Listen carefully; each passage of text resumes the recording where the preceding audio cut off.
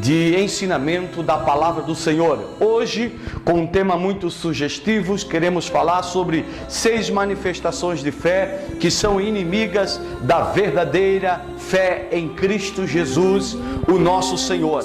Em Hebreus capítulo 11, verso 1, amados, diz que a fé é a certeza que vamos receber as coisas que esperamos e a prova de que existem coisas que não podemos ver. No original grego se fala assim: estin de pistis, episomenon, rupostasis, pragmaton elegikos, ublepomenon. Querido, existem 6 manifestações de fé que são inimigas da verdadeira fé. Existem muitas fé que são manifestadas, que são realmente uma incredulidade disfarçada de fé, onde as pessoas, por não conhecerem as Escrituras, manifestam uma fé pobre, uma fé que não é a genuína e verdadeira fé, querido. Nós temos que aprender, amados, que quando falamos de fé, nós precisamos entender que existem 4 tipos de fé. A fé natural, que é um sensor moral em nossa consciência. Nós já nascemos com esta inclinação. Por isso que todas as pessoas que nunca ouviram acerca de Deus ou da sua palavra, eles naturalmente, eles se inclinam a buscar, querido, um ser superior, porque isso já está imprimido na consciência do homem, reconhecer, querido, que existe um Criador. Nós temos também a fé salvífica, que é para a salvação.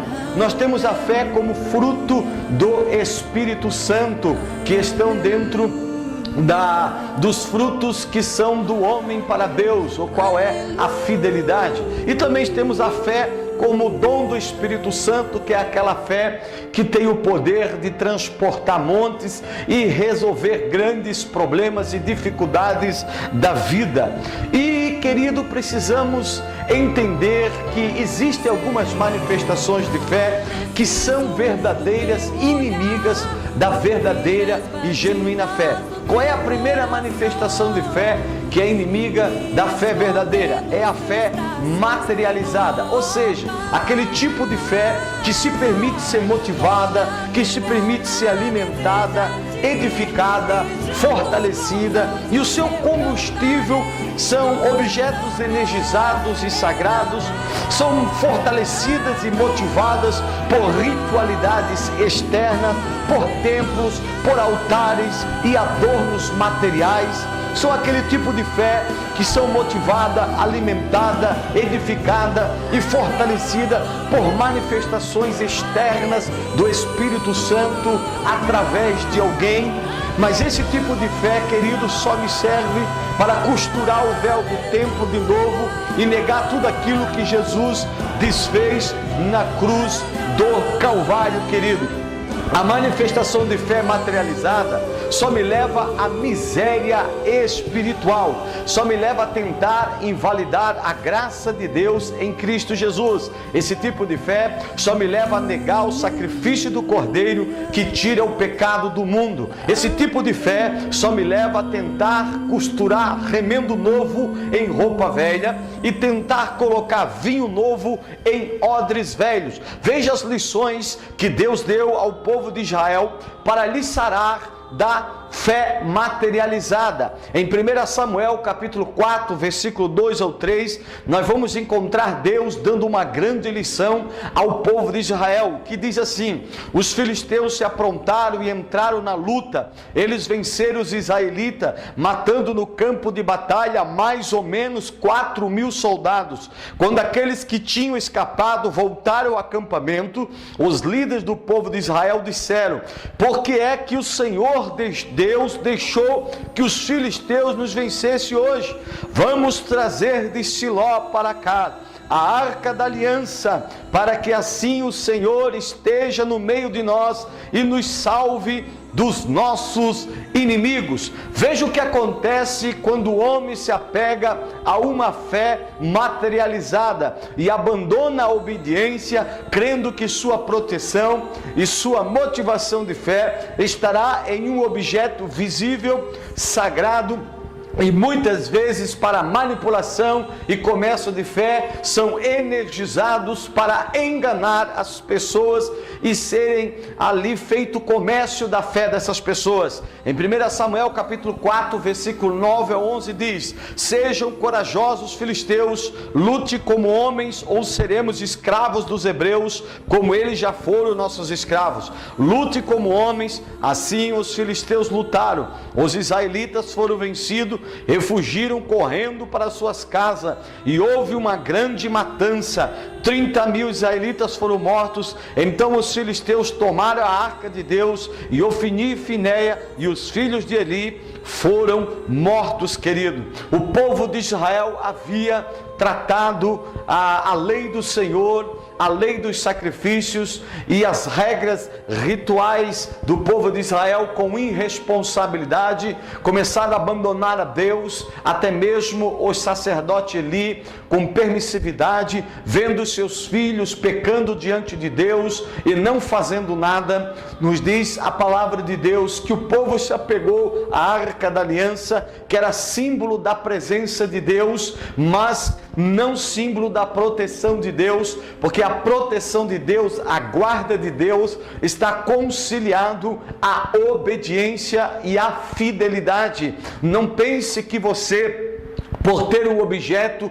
energizado em sua casa, orado por algum líder manipulador de massa, vai lhe proteger sua casa. Se você não for obediente a Deus, se você não seguir os princípios de Deus, a palavra de Deus, você não terá a proteção de Deus. O Salmo 91 é muito claro, que diz: aquele que habita no esconderijo do Altíssimo, à sombra do Onipotente, esse descansará. Quer dizer, a sombra do Onipotente faz alusão à nuvem no deserto, enquanto o povo estava debaixo da nuvem, sob a direção de Deus, sob o governo de Deus, sobre a orientação de Deus. Deus não deixava que nada lhe faltasse. Deus não enviou maná, Deus fez brotar água da rocha, Deus fez, irmãos, que codornizes viessem ao arraial de Israel. Deus os protegia, Deus os guardava durante o dia do calor, durante a noite do frio. Deus fez que em uma terra inabitável o povo de Israel habitasse por 40 anos, querido. Por quê? Porque a proteção, a guarda que atrai sobre nossas vidas de Deus está conciliado à obediência, à fidelidade, meu amado. Segundo, quando o homem se deixa levar pela fé materializada, a abençolatria se instala. Em 2 Reis capítulo 18, versículo 3 ao 4 diz: seguindo o exemplo de seu antepassado, o rei Davi, Ezequias fez aquilo que agrada a Deus, o Senhor, e ele destruiu os lugares pagãos de adoração, quebrou as colunas de Deus Baal e derrubou os postes de ídolo. Também fez em pedaços a cobra de bronze que Moisés havia feito e que era chamada Neustã. Até aquela época o povo de Israel queimava incenso em honra dela. Quem possui uma fé materializada corre o risco, querido, de se tornar um adorador das bênçãos de Deus e se tornar uma bençólatra. Ou seja, o povo de Israel, aquilo que foi dado para servir de bênção, mais tarde já estava servindo como ídolo, como adoração a esta serpente de bronze, a qual já estavam queimando incenso e chamando de Neustã. Hoje, querido, não é diferente. Muitas pessoas estão buscando a Deus por aquilo que Deus tem para oferecer, estão desesperadamente buscando os acrescentos de Deus, mas fugindo da responsabilidade, da justiça, do reino, e com isso estão se tornando abençólatra. Correm atrás do pão que não perece, querido, e em vez de correr atrás do pão que não perece, estão correndo atrás do pão que perece, estão correndo atrás do peixe, estão correndo atrás do milagre, estão correndo atrás da multiplicação, em vez de correr atrás da justiça e correr atrás do reino, meu amado, meu querido irmão. Quando o homem se deixa levar pela fé materializada, a templolatria se instala e o adorno do templo de pedra, que Deus não habita, se torna mais importante do que o adorno do templo do Espírito Santo, a qual Deus habita, querido. Ou em Atos capítulo 17, versículo 24, diz assim, o apóstolo Paulo: Deus fez o mundo e tudo que nele existe, e é o Senhor do céu e da terra, e não mora em templos feitos por seres humanos. Querido, Deus não habita mais em templos construídos por mãos humanas. Hoje o Senhor está habitando em nossos corações, está habitando em nosso corpo, que é templo do Espírito Santo. Hoje nós somos sacerdote de nossa alma, nós temos como templo do Espírito o nosso corpo, e o altar desse templo a nossa alma, aonde oferecemos para Deus em Cristo Jesus, por glória de Jesus, pelo sacrifício de Jesus, apresentamos a Deus sacrifícios espirituais agradáveis a Deus. Por isso que o apóstolo Paulo, em Romanos capítulo 12, e o versículo 1 diz: rogo-vos, irmãos, que apresentei os vossos corpos como sacrifício vivo, santo e agradável a Deus, a qual é o vosso culto espiritual, diz a palavra de Deus no original grego, meu amado.